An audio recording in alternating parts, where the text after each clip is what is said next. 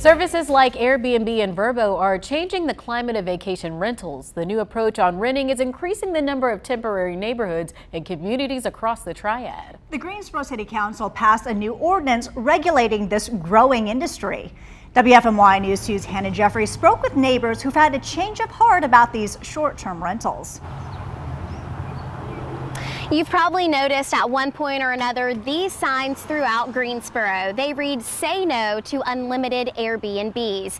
I spoke to the group who is behind these signs. They tell me that they believe these new regulations are a compromise. The Greensboro City Council, they passed a short-term rental ordinance last night, which will regulate short-term rental properties like Airbnbs and Vrbos within city limits. The new regulations state rentals can only allow 2 adults per bedroom. There are also limits on the number of guests who can be at the rental for any promoted event. Signs advertising rentals are also not allowed, and hosts must live in Guilford County or a county directly adjacent to it. Cheryl Pratt is a Fisher Park neighborhood board member. She says she's pleased with the regulations following years of back and forth. We were not going to get everything we asked for. This was a compromise, but for me, it's a compromise I can live with, and I'm just interested to see how it will be in the next year or so, how it plays out as far as how it affects the neighborhoods. Many community members came out to the City Council meeting to voice their concerns, including local Airbnb owners.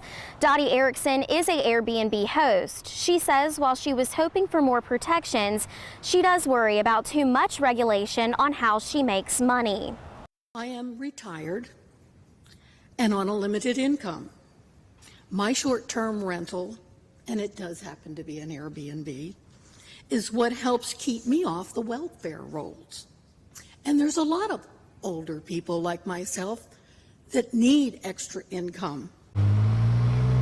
Now, the city doesn't know exactly, but they do estimate there are about 600 short-term rentals within city limits.